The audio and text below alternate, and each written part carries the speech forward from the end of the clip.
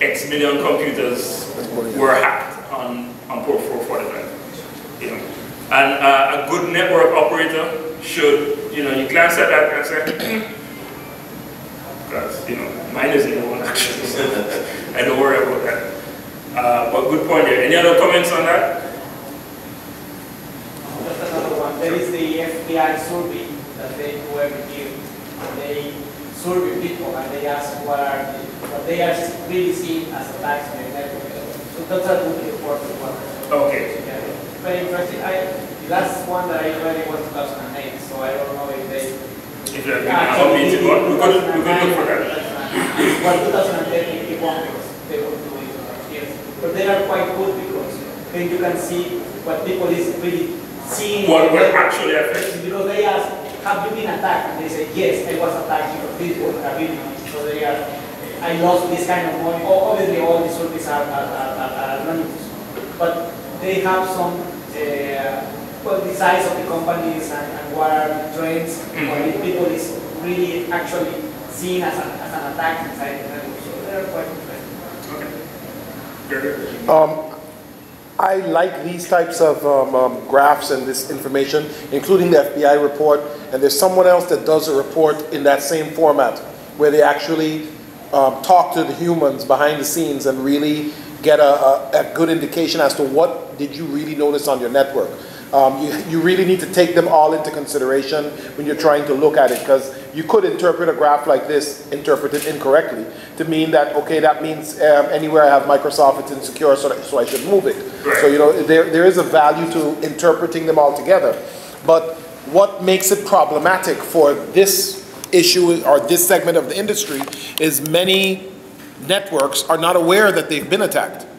So even when you do an interview, the person may not be aware that they have an ongoing attack, an ongoing incident on their network that they're just not aware of yet. And then the other aspect is, in the Caribbean, I want to say Latin America too, there's this phobia almost of reporting that you've been attacked and being honest about it and fessing up that there was an issue. Banks throughout the Caribbean are notorious for pushing under the rug anytime they've been attacked and stuff has happened, making it very difficult to get a good assessment as to really what's going on. So there are attacks going on, definitely. I've heard so, yes.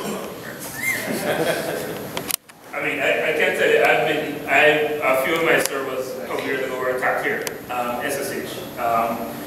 Started out as just probing, so I would have been in that 6.3% was just probe.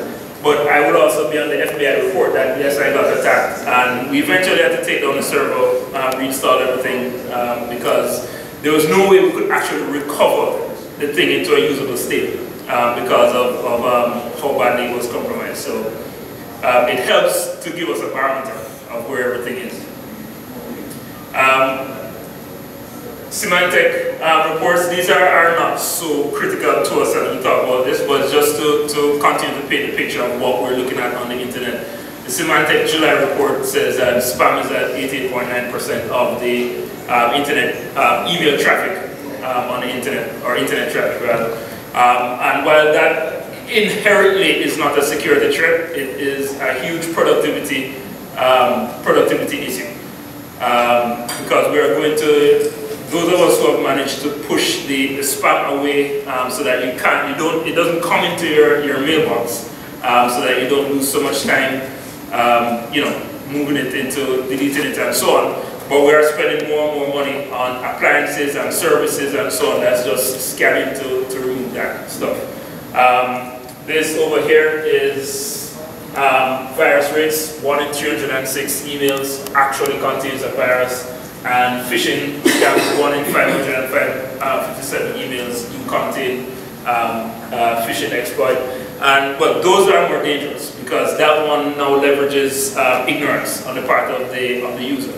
And you can have huge infections across the whole network. The installation of Trojans and worms inside our network from bad user behavior in that space.